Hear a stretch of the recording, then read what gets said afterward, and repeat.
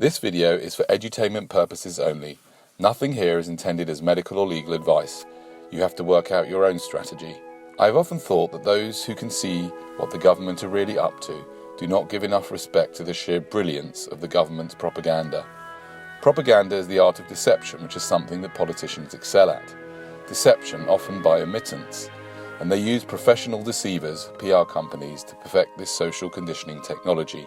So let's take a look at the government document that they sent every UK household a few weeks ago at the cost of £25 million. It starts off with coronavirus in green. One of the most common techniques of manipulation and hypnosis is repetition. How many times have you heard the word coronavirus or COVID-19 in the past few weeks? Then we are told, stay at home, protect the NHS, save lives. What is implied by these simple slogans is that if you leave your home, you will harm the NHS and you will kill people. So let's take a closer look. The NHS has been under attack for 10 years under successive Conservative governments, including the reduction of 20,000 beds over that time. Instead of taking responsibility for this, they have turned it round against us. Classic case of gaslighting. If you go out, the demise of the NHS will be your fault, and if you stay in, it will be the joint efforts of the government for ordering you to stay in, and the unquestioning masses who obeyed the rules. This way the government become the heroes and save the NHS. Then there is the name itself, the National Health Service. Is it really a health service? It seems to me to be more like a sickness service. Don't get me wrong, I would rather live in a country that has a good sickness service than one without one. But the whole service is far too heavily influenced by Big Pharma, leaving sickness professionals ignorant as to how to stay healthy. Look in an average doctor's fridge to see how much they know about nutrition and how to build up your immune system. We'll come back to that shortly. Then there's the suggestion that if you stay at home, you will be saving lives. Firstly, so far as I know, no lives have ever been saved unless you count Jesus. The only thing you can do is prolong or shorten life. The government claim that they are relying on the best science for their decisions. If so, where is the evidence that staying at home prolongs life? I am no scientist, yet it seems obvious that it would be difficult to gauge the effect of staying at home. It depends on the situation. It depends on so many different factors. And the assumption is that we should always prolong life. But whose lives are we prolonging? Elderly people in care homes? And how much more time are we buying them by staying at home? And what if my partner is an alcoholic or a drug addict or abuser? What if people put on weight during lockdown? Maybe that would lead to shortening life. And even if you may prolong someone's life, other people's lives could be shortened as a result of the lockdown a few months or years along the line. And then, of course, there is the so-called economy, whose collapse will lead to thousands, if not millions, of lives being shortened due to starvation, suicide, alcoholism that are already showing signs of increase. This will be much more of a problem in countries like India. And then there's the other side of the story. The skies are clear and the roads are very quiet, and as a result, many people's lives will have been prolonged by the reduction in pollution and car accidents. I still think we have to give credit to the designers of this propaganda. Goebbels would be blown away if he were alive today. It's simple. It delivers huge dollops of subliminal fear into the minds of the masses. By repeating the hypnotic mantra that staying home saves lives, it simultaneously makes people feel like they are heroes staying in because they're saving lives, whilst at the same time filling them with fear that they'll be killing people or they themselves will die if they go out. And to add icing to the cake, people love their governments for taking a tough stance. Another page states the single most important action you can take is to stay at home in order to protect the NHS and save lives.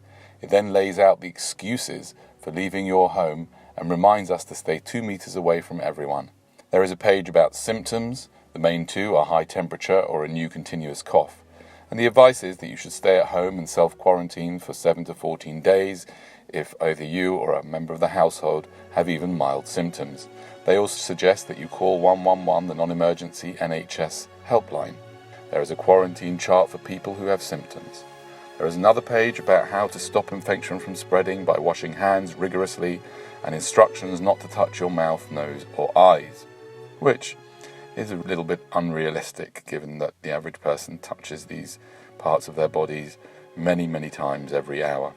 Finally, there are pages about vulnerable people, support for businesses and workers going to work. Have you noticed what is missing? The government have once again showed their true colours here. They don't care one iota if you get the virus or if you die. They just want to slow the spread. They care about when you get sick and when you die. Social distancing and quarantining may delay the possibility of people becoming ill, but it may not prevent illness once you come out of lockdown. I read recently that 66% of new cases in New York who end up hospitalised are people who have remained indoors. Why is that? All Boris & Co. and his controllers care about is that the NHS isn't overwhelmed and that they don't look bad. But has the curve not already flattened? And is not Nightingale Hospital in London almost empty? And if you were to ask the average person why they are staying home, many would say to avoid getting sick. But we have already pointed out that there is no guarantee that they won't get sick if they stay inside, and when they come out, they may have compromised immune systems from staying inside, not eating well, not taking enough exercise, alcohol abuse, etc., and not coming in touch with bugs which strengthen the immune system, so they may not fare so well if they do get ill. They say nothing about how to boost your immune system to increase your chances of surviving the illness, and they say nothing about how to treat it, because the government and corporations never cared about our well-being. When you look at the government website about how to treat the illness, there is very little information there. Boris and his merry men have no interest in our well-being, and the doctors they choose to advise them have very little knowledge of nutrition, mind-body connection, stress reduction, and prevention of illness. They are only trained in dealing with sickness, and almost always with drugs. Let's look at some of their other messages. If you go out, you can spread it. People will die. Another brilliant slogan. Take a close look at this. It may be true that if you go out, you can spread it, but to then say, people will die? This is a big piece of the jigsaw. In his book, The Worm at the Core, Sheldon Solomon argues that according to recent research, anxiety of our death and its avoidance is at the core of almost everything we do, and death anxiety has been ramped up since all this began. If you are a driver, every time you go in the car there's a chance that you will kill someone or you will be killed. But to say if you go out, people will die is criminally misleading. Actually, you could die or be ill from the repetitive fear programming too. Furthermore, if none of us died, that would be even worse. Don't forget that all the people who have died from COVID don't have any problems, including the anxiety of life with COVID. Wouldn't it have been more accurate to say that there is a small chance that someone may die earlier than they would have if you go out? Then there's, your country needs you to sit on the sofa. I don't really need to say much about that. Then there are the daily reports, which are dripping with death figures. But again, they omit important figures that change everything.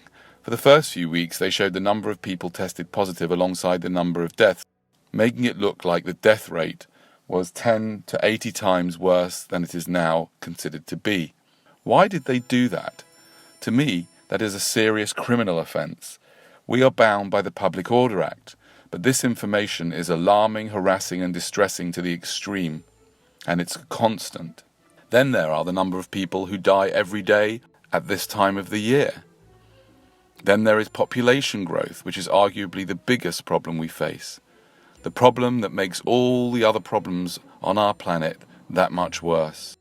Sadly, all the people who have died so far of COVID on the planet have been replaced in less than a day. If you want to worry about anything, worry about the 360,000 people born every day, which is approximately double the number of people who die every day.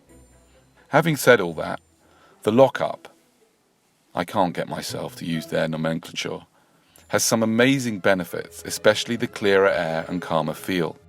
And it has also meant that capitalism has taken a break. It is such a delight to wander around town seeing all the ridiculous corporations closed. Personally, I don't want it to end, although no doubt we will return to our madness soon. So it is clear that the government never did and never will have the masses' interest at heart. All Western governments have, in order to control their population, is propaganda, and this is textbook mind control, using terror and then appearing to solve the problem by locking everyone up. If the government and the medical establishment really had our well-being at heart, they would provide vitamin D, offer free exercise programs, help people reduce stress, support healthy eating habits, temporarily close off licenses, and at the very least force supermarkets to desist from marketing unhealthy foods and alcohol, and perhaps rearrange their stores to primarily provide the healthy stuff, with the unhealthy stuff round the back for the addicts. They would also provide sensible advice as to how to manage the illness, the sort of advice you might get from a naturopath. And they wouldn't ban videos with established medical doctors who have successfully treated COVID patients with vitamin C. Given all this, I'll leave it to you to how to live your life. However, you may want to isolate your television and practice media distancing, making sure you are at least 10 meters away from government propaganda at all times.